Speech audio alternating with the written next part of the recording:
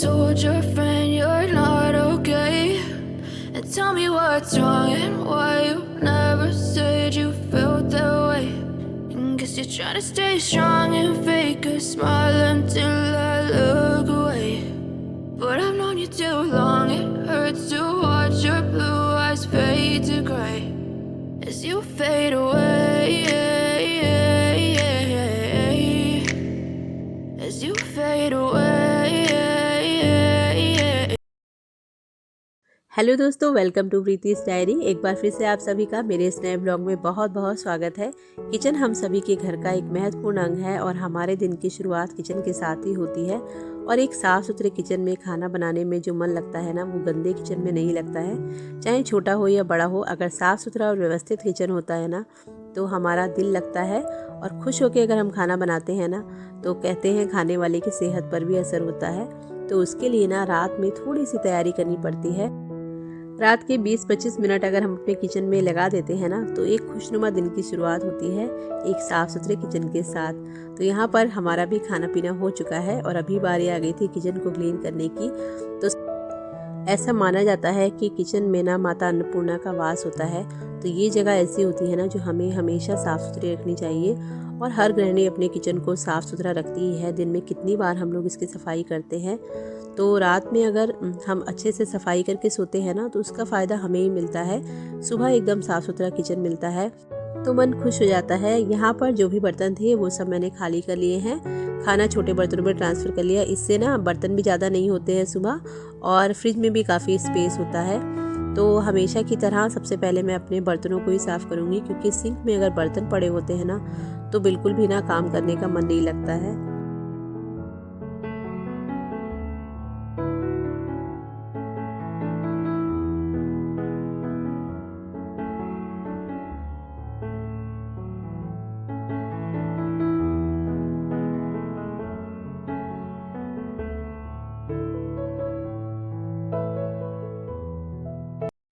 सिर्फ 5-10 मिनट की सफाई अगर हम डेली करते रहते हैं ना, तो कोई भी एरिया कभी भी बहुत ज़्यादा गंदा नहीं होगा। जैसे बर्तन धोने के साथ ही अगर हम अपने सिंक एरिया को भी साफ़ करते रहेंगे ना, तो यहाँ पर कभी भी बहुत ज़्यादा गंदगी नहीं होगी, क्योंकि करना तो हमें ही है।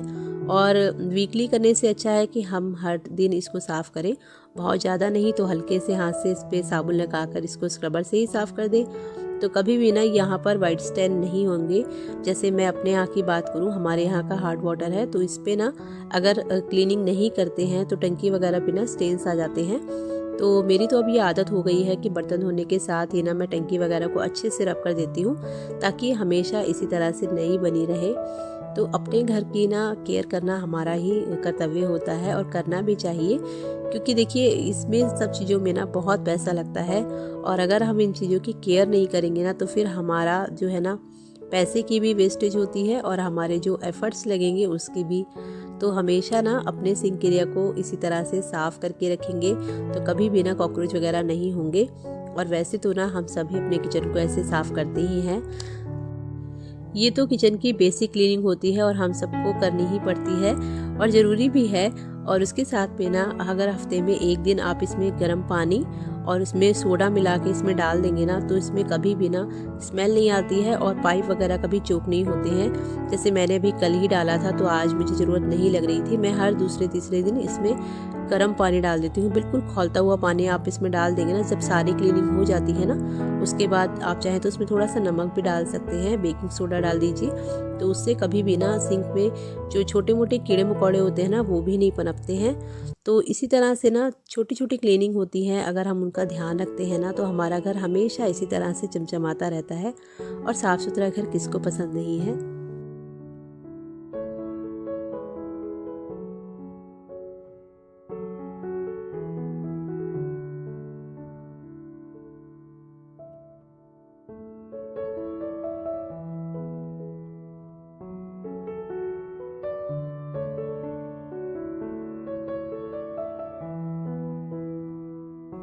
चाहे हम कितनी भी सावधानी से खाना बनाएं, लेकिन फिर भी ना खाना बनाते समय कुछ छींटें ना हमारे गैस स्टोव पर गिरी जाती है। बर्नर वगैरह में भी काफ़ी गंदगी हो जाती है।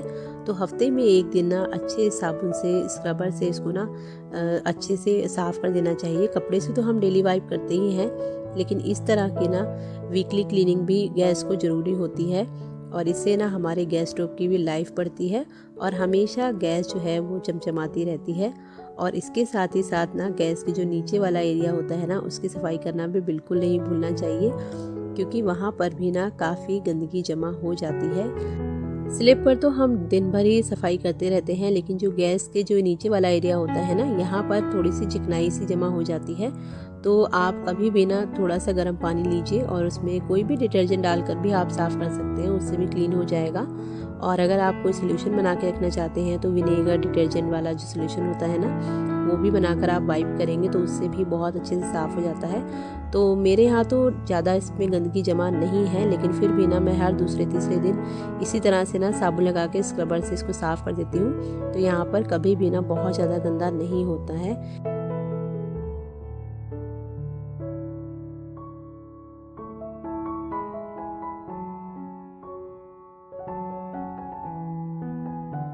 समय समय पर हमें अपनी गैस के बर्नर भी साफ़ करते रहना चाहिए और उसके साथ में गैस की जो पाइपलाइन होती है ना उसको हमेशा चेक करते रहिए।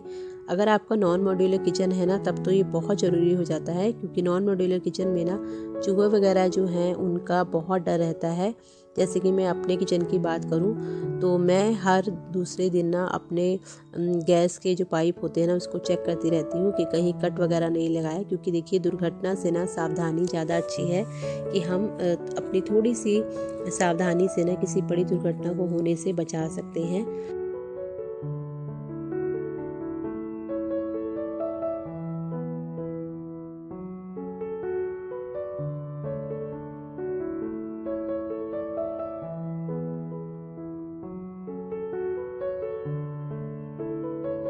और यहाँ पर एक गीले कपड़े से मैं पूरे गैस को अच्छे से वाइप कर दूंगी और उसके बाद एक सूखे कपड़े से। तो गैस ना हमेशा इसी तरह से ना चमचमाती मिलेगी, चाहे स्टील की हो या इस तरह की ग्लास टॉप वाली हो। अगर आप अपनी गैस स्टोव को साफ़ करते रहेंगे ना तो कभी भी वो बहुत ज़्यादा गंदी नहीं होगी और उसकी लाइफ हमेशा इसी तरह से बढ़ती रहेगी। तो यहाँ पर इसकी सारी क्लीनिंग करने के बाद में अभी बारी आ गई थी। तो यहाँ पर मैंने स्क्रबर में लगाया थोड़ा सा साबुन और इसको अच्छे से साफ़ कर दिया। टाइल्स बिल्कुल चमचमा उठी हैं और बस इसको गीले कपड़े से मैं साफ़ कर दूंगी। तो इसी वजह से ना मेरा किचन हमेशा साफ़ सुथरा रहता है। और अगर इस तरह का ओपन किचन है ना तब तो ये सफाई बहुत मस्त हो जाती है।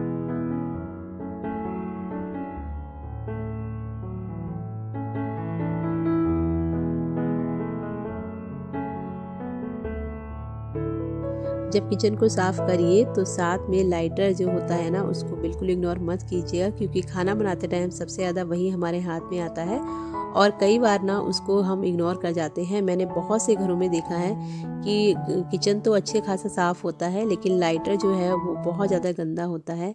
तो ये सब चीज़ें ना अगर हम साथ साथ वाइप करते रहते हैं तो कभी भी ना इतनी गंदगी नहीं होती है।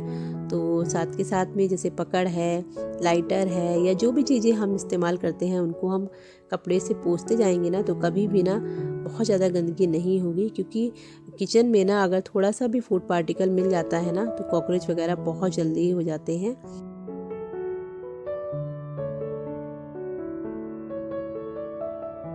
सारी सफाई होने के बाद डस्टबिन को कर दिया है खाली, फर्श को धो दिया है, यहाँ पर लगा दिया है वाइपर और उसके बाद मैं यहाँ पर एक बार पोछा लगा देती हूँ। इसी के साथ में मेरा किचन हो गया है बिल्कुल नीट एंड क्लीन और सुबह काम करने के लिए बिल्कुल रेडी है।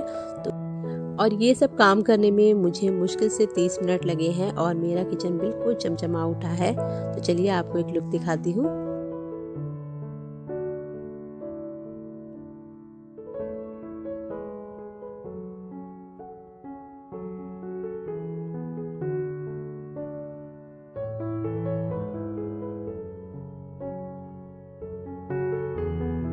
और यहाँ पर ग्लास में आपको नींबू दिखाई दे रहे होंगे ना, तो ये मैंने रखे हैं क्लीनिंग के लिए। कढ़ाई वगैरह ना इससे बहुत अच्छी साफ़ हो जाती है। इसके अलावा ना आप अपनी खूनी वगैरह को साफ़ करने के लिए भी इनको यूज़ कर सकते हैं। तो मैं ना चीज़ों को इस तरह से वेस्ट नहीं करती हूँ। अगर वो रीयूज़ करने लायक है तो फिर उनको ज़रूर रीयूज़ करना चाहिए। तो यहाँ पर सुबह के लिए मैंने भिगा दिए हैं बादाम और यहाँ पर अब मेरा किचन का काम जो है लगभग ख़त्म हो गया है। उसके बाद बचे थे पूजा के बर्तन। तो हमेशा पूजा के बर्तन मैं पूरा किचन साफ़ करने के बाद ही धोती हूँ।